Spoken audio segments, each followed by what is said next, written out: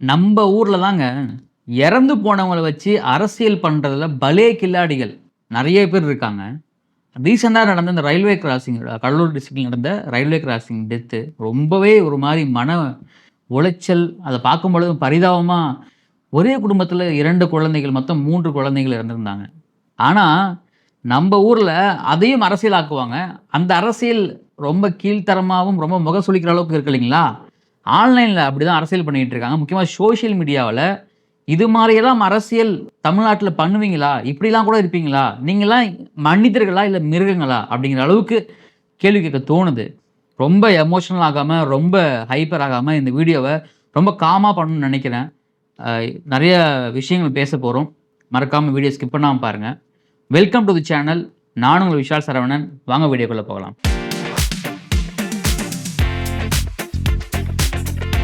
Daily updates, daily வீடியோஸ்க்கு மறக்காம நம்ம சேனல சப்ஸ்கிரைப் பண்ணி பெல் ஐகான கிளிக் பண்ணிக்கங்க. அந்த கடலூர் மாவட்டத்தில இறந்த மாணவிகளோட குடும்பத்துக்கு நம்மளுடைய அஞ்சலிய செலுத்திக்கலாம்.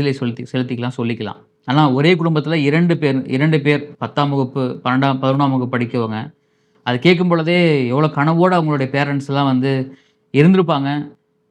ஸ்கூல் வேன்ல தான அனுப்புறோம். சேஃப்டியா இருந்துருவாங்க அப்படின்னு அதெல்லாம் பார்க்கும்பொழுது ரொம்ப மன உளைச்சல். நம்ம அதுக்குள்ள போகாம, காரணங்கள் அரசியல். இது நம்ம பார்க்கணும். ஏன்னா, இந்த சம்பவம் நடந்த உடனேயே சோசியல் மீடியாவுல முக்கியமா இங்க இருக்கக்கூடிய திமுக கட்சியை சார்ந்தவர்கள் நெறைய பேர் ஆக்டிவா இருந்தத பார்க்க முடிஞ்சது. ஒரு நல்ல விஷயமும் கூட. என்னன்னா, சமூக நீதி, சமத்துவம், சாதி மறுப்பு, அரசியல் பேசக்கூடியவர்கள், இதே மாரி எல்லா விஷயத்திலும் நடந்துக்கிறாங்களா? அப்படின்னு நம்மளால ஒத்துக்கவே முடியாது. சம்பவம் நடந்த உடனே துணை முதலமைச்சர் அவர்கள்ட்டருந்து ஒரு ட்வீட் வருது.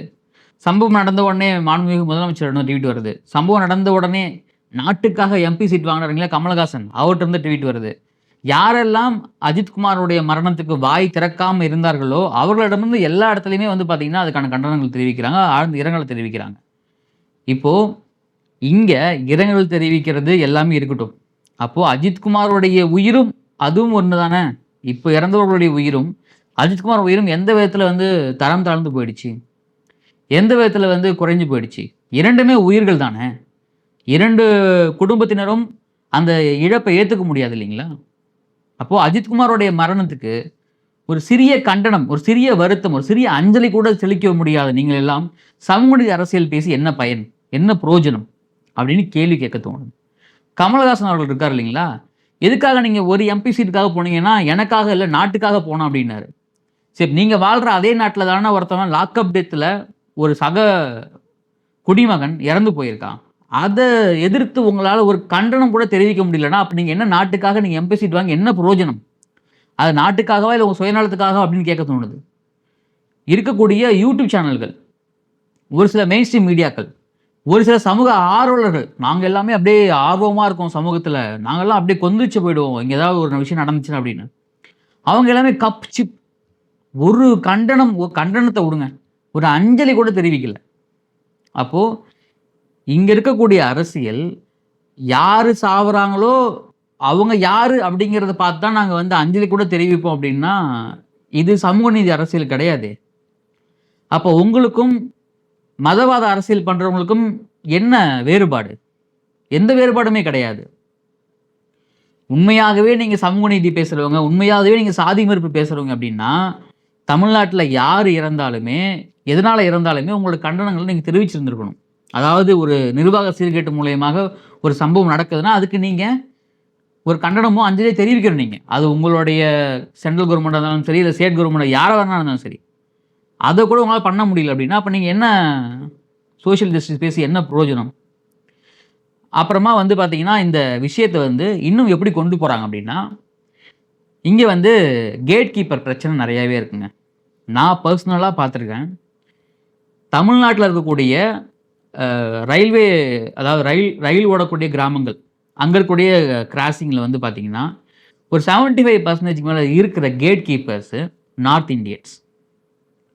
ஏன் தமிழ்நாட்டுல ஆட்களே இல்லையா? தமிழ்நாடு இளைஞர்களே படித்தவர்களே கிடையாதா? அப்படின்னு கேள்வி கேட்குறாங்க எல்லாருமே. என்னோட கேள்வி என்னன்னா, எத்தனை இளைஞர்கள் கேட் கீப்பர் வேலைக்கு அப்ளை பண்றாங்க தமிழ்நாட்டுல? சம்பளம் கம்மியா இருக்கு. அது கிரேடு என்ன? அப்படின்னு பார்த்து எத்தனை இளைஞர்கள் அப்ளை பண்றாங்க? நிறைய இளைஞர்கள் ஸ்விக்கி, ஜொமேட்டோ ஓட்ட ஆர்வமா இருக்காங்களே தவிர தமிழ்நாட்டுல, இது மாரி நார்த் இந்தியாவுடைய அதாவது சென்ட்ரல் கவர்ன்மெண்ட் வேலையில பார்த்தீங்கன்னா, மோஸ்ட்லி நார்த் இந்தியன்ஸ் தான் ஃபில் பண்றாங்க. ஏன்னா, இங்க தமிழ்நாட்டு மக்களுக்கு அவேர்னஸே இருக்க மாட்டேங்குது. தமிழ்நாட்டு இளைஞர்களுக்கு அவேர்னஸே இருக்க மாட்டேங்குது. இப்படி ஒரு ஜாப் இருக்கு. இது இப்படி அப்ளை பண்ணணும் அப்படிங்கிற ஒரு அவேர்னஸே கிரியேட் பண்ண மாட்றாங்க. அது யாருடைய தப்பு அது?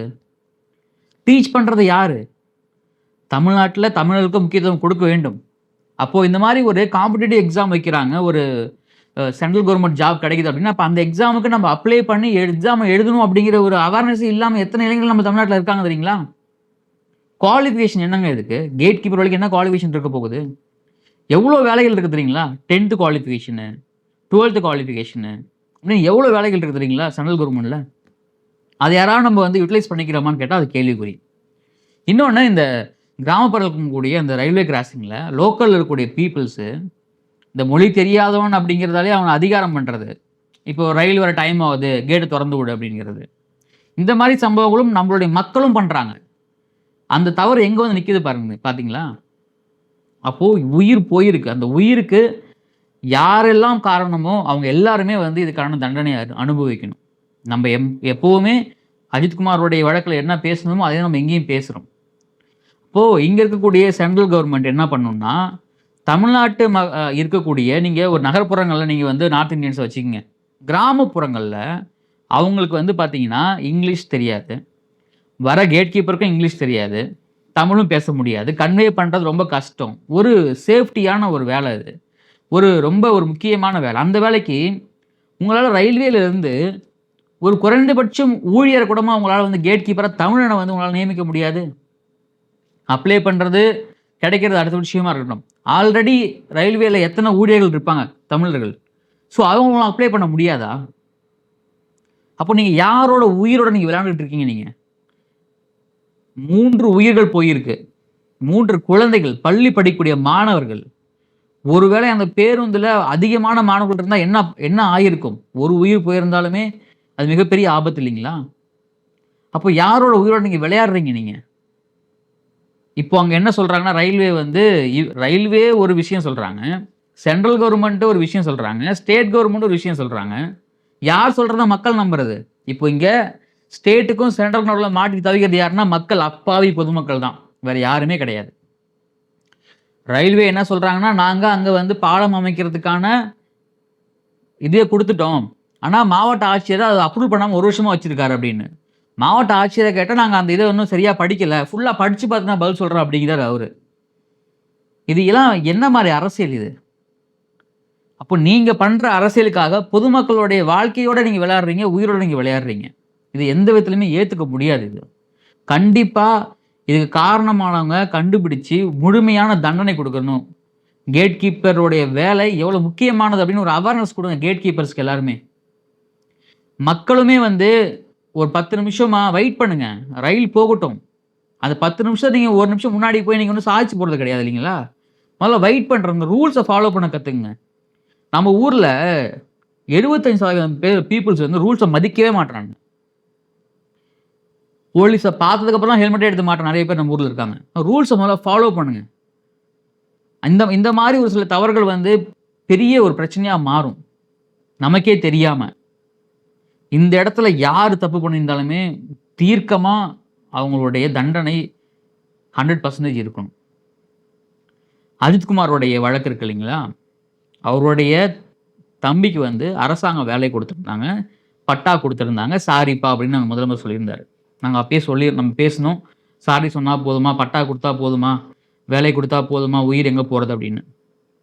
இப்ப அவருடைய தம்பி என்ன சொல்லியிருக்காருன்னு பார்த்தீங்கன்னா, எனக்கு திருப்தி இல்ல அப்படின்னு சொல்லியிருக்காரு. என்ன காரணங்கள் சொல்றாருன்னா, இந்த வேலை வந்து எனக்கு ஒரு 80 கிலோமீட்டர் டிஸ்டன்ஸ்ல இருக்கு.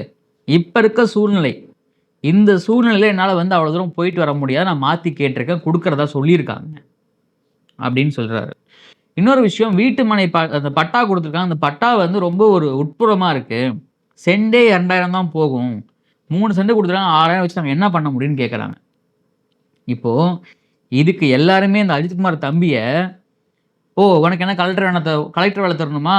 உனக்கு மாசம் ரூ. 1,00,000 சம்பளம் தரணுமா?" அவன் பார்த்தீங்கன்னா, கவர்மெண்ட் வேலைக்கே வந்து அலைஞ்சிட்டு இருக்கானுங்க. கிடைக்காம போகாம வராம. உனக்கு குடுத்தா நீ என்ன அவ்வளோ இதா பேசுவியா? இந்த மாரி இந்த அடக்குமுறை இருக்குது தெரியுங்களா? அதாவது நீ சோத்துக்கே வழி இல்லாம இருக்க. உனக்கு அரிசி குடுத்தா அதில கல் இருக்கு, மண் இருக்குன்னு என்ன நீ பாட்டுக்கு குறை சொல்லிட்டே இருக்க. குடுக்கறத தின்னுட்டு போ. இதுக்கும் அதுக்கும் என்ன வித்தியாசமா இருக்கு? இதுதான் வந்து ஒரு அடக்குமுறையின் ஒரு வெளிப்பாடு. நீங்க குடுக்கறது என்னவா இருந்தாலும் ஏத்துக்கிட்டு போணும் அப்படின்னு சொல்றாங்க பார்த்தீங்களா? இந்த மனநிலை தான் மாறணுங்கிறேன் நானு. அவங்களே வந்து ஒரு உயிர பறி குடுத்துட்டு இருக்காங்க. நீங்க எதுக்கு அந்த வீட்டுமனை குடுக்குறீங்க? அந்த வாழ்வாதாரம் உயர்வு தான் குடுக்குறீங்க.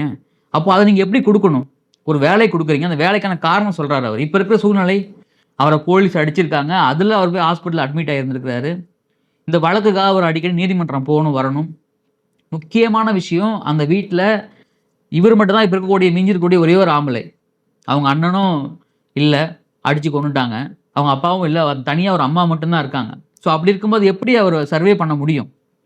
அதையும் பார்க்கணுமா இல்லையா? அதுக்கு உடனே ஒரு ரைட்டப் எழுதுறானுங்க எல்லாம் சோசியல் மீடியாவுல. நீ அப்படி நீ கேட்கலாமா? நீ இப்படி கேட்கலாமா? எல்லாருமே வந்து கஷ்டப்பட்டுட்டு இருக்காங்க. யாருக்குமே வேலை கிடைக்கலன்னு. உங்களுக்கு வந்து ஒரு 100 கிலோமீட்டர் தொலைவில வந்து ஒரு வேலை குடுத்தா, நீங்க உங்க வீட்ல போயிட்டு வருவாங்களா சந்தோஷமா, ஜாலியா? உங்களுக்கெல்லாம் ஈவு இரக்கமே கிடையாதா? நீங்கலாம் மனிதர் தானா? இல்ல மனிதருடைய பொருள் இருக்கிறீங்களா? மிருகங்களா? என்ன ஜென்மங்கள் நீங்கலாம்? எல்லாம் எவ்வளோ கொச்சையா இருக்கு பாருங்க. நான் குடுக்கறத நீ ஏத்துக்கிட்டு தான் ஆகணும். நீ எப்படி எதிர்த்து கேள்வி கேட்கலாம் அப்படிங்கிறீங்க நீங்க. என்ன மனநிலை இதெல்லாம்? தவறு இருந்தா சுட்டிக்காட்டுனா அத திருத்திக்க ட்ரை பண்ணுங்க. உங்கள மாரி ஆட்களால தான் மேல இருக்கிறவங்களுக்கு கெட்ட பேர் வருது. இது வந்து எப்படி இருக்குன்னு பாருங்க. இந்த சமநிலை ரொம்ப ஒரு மாரி ஆபத்தா இருக்கு பார்க்கறதுக்கு. இதுதான் தமிழ்நாட்டோட இப்போதைய நிலைமை. கருத்துக்கள கமெண்ட்ல பதிவு பண்ணுங்க. டெய்லி வீடியோஸ்க்கு மறக்காம சப்ஸ்கிரைப் பண்ணுங்க. இந்த வீடியோ பிடிச்சிருந்தா உங்க ஃப்ரெண்ட்ஸ் ஷேர் பண்ணுங்க, லைக் பண்ணுங்க. நான் உங்கள் விஷால் சரவணன். நன்றி, வணக்கம்.